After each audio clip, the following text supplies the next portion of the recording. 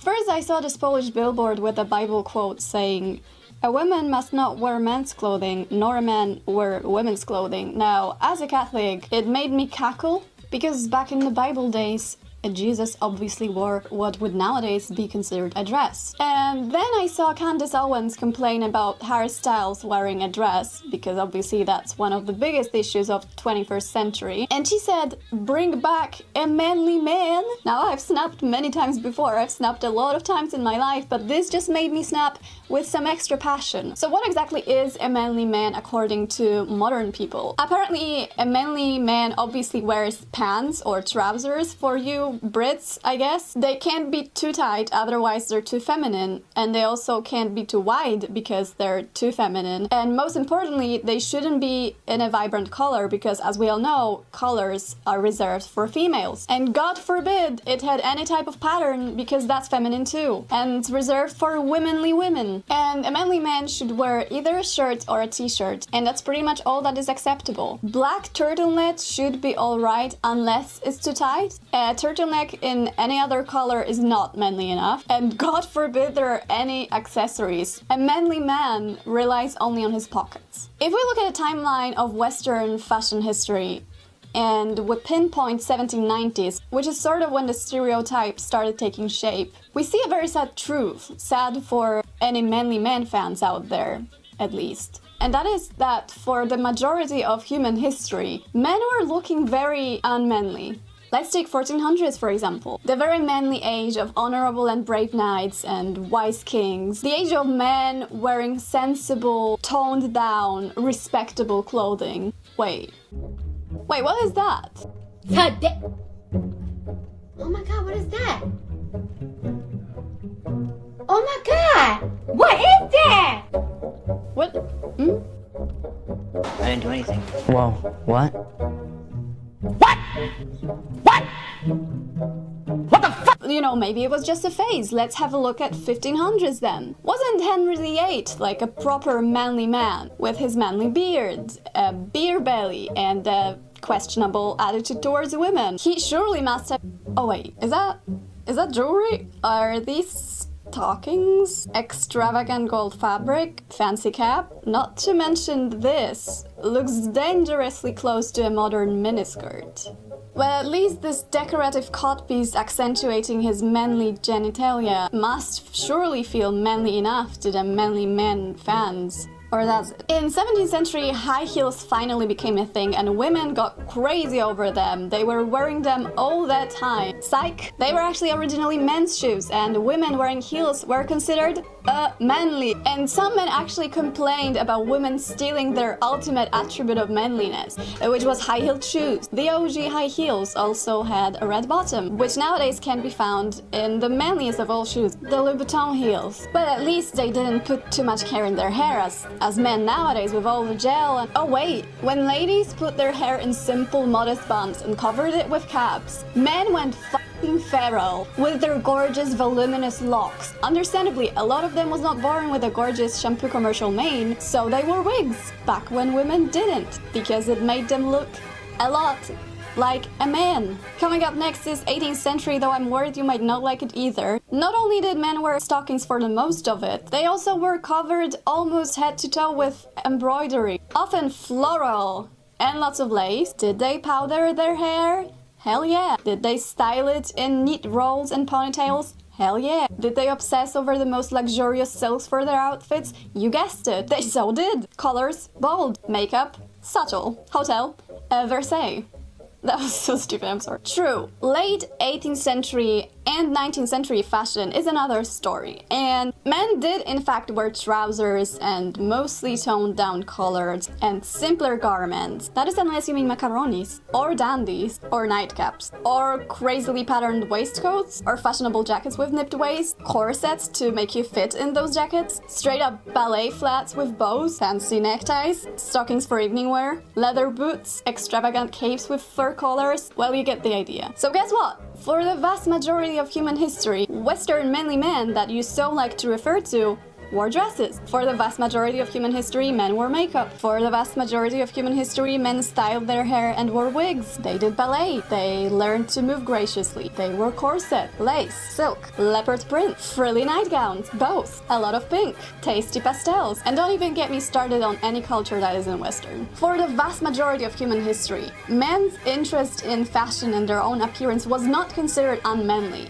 It was a sign of wealth and power. Fashion evolves and changes, and no matter how much you'd like to, you cannot make people wear things that you personally consider more manly. Because if it wasn't for the ever-changing fashion, you would still be stuck with long robes and silk stockings. So next time you all manly men complain about Harry Styles wearing a skirt, think about how not so long ago all the manly men that you're referring to would probably decapitate you for not looking manly enough. And on this bright note, this rant is finished.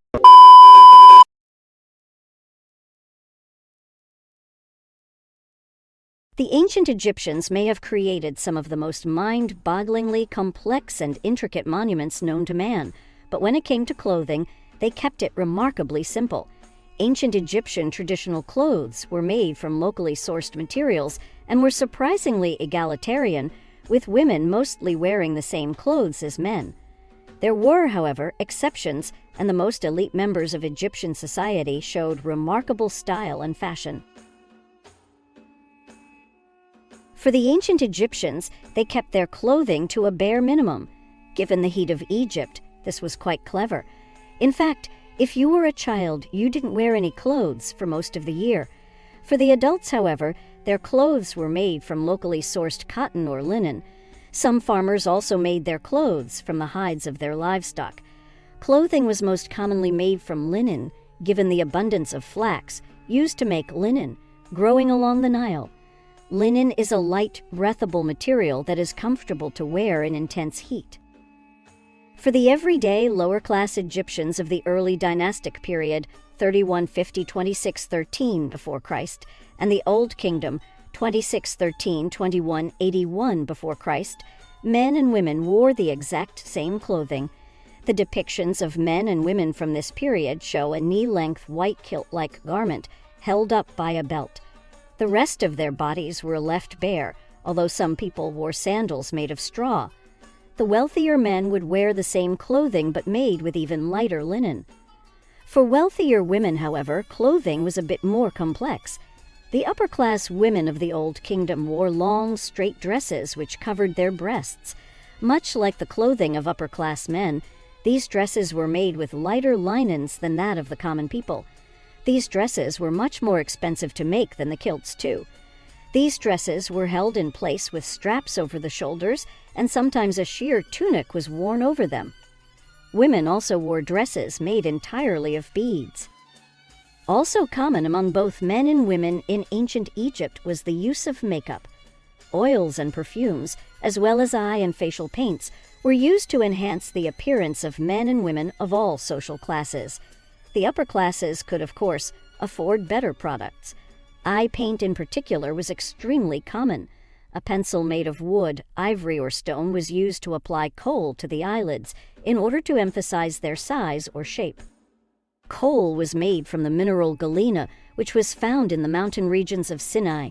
It was then mixed with malachite and other minerals into oil or fat until it produced a paste or cream. This form of kohl was expensive to make and therefore only available to the upper classes, but the poorer people also had their own alternative form of kohl. It also had a medical purpose in that it helped protect the eyes from infections caused by sunlight, dust, or flies. Powdered green malachite was often brushed under the eyes as well, while a rouge color was applied to the face and lips through the use of red ochre. Wigs and jewelry were also a big part of ancient Egyptian traditional clothes. This was especially the case for upper-class people. Jewelry and wigs were used to show off their wealth, but also because they believed it made them more attractive to the gods. They wore rings, earrings, bracelets, decorated buttons, necklaces, neck collars, and pendants. This jewelry was often made from gold or precious stones. Lower-class people also managed to obtain jewelry, although it was usually made from colored pottery beads. The design of ancient Egyptian jewelry often reflected religious themes. Motifs included symbols of gods and goddesses and hieroglyphic symbols, as well as birds, animals, and insects that played a role in their creation myth. Commonly seen were the scarab, a type of beetle, the eye of Ra, lotus, and papyrus plants, cobras, and symbols, such as the Isis knot, Shen ring, symbol of eternity, and Ankh, symbol of life. A person's jewelry was placed in his or her grave when they died, so it could be used in the afterlife. In ancient Egypt, wigs were worn because they were more comfortable in the arid climate, and they made personal hygiene easier. For example, the prevention of lice became much easier thanks to the use of wigs. Wigs were made out of human hair until the Second Intermediate Period, 1782–1570 before Christ, when horses were introduced to Egypt. After that, both horsehair and human hair were used for wigs. They were padded on the inside using vegetable fibers. Wigs were made in different styles to be worn on different occasions. For example, different wigs were needed for a family gathering and for a festival. Most wigs were long and heavy and were carefully arranged into plaits and strands. The wealthy often adorned their wigs with beads and great jewels. Poorer people had to use wigs made from papyrus plants or simply shave their heads and wear a head covering. The ancient Egyptians took good care of their physical appearance, wearing nice clothes, makeup, jewelry, and wigs in order to look better. The major reason for this is because they believed a primary goal of their existence was to make themselves worthy of eternity, and taking care of their physical appearance and their health was one component of doing that.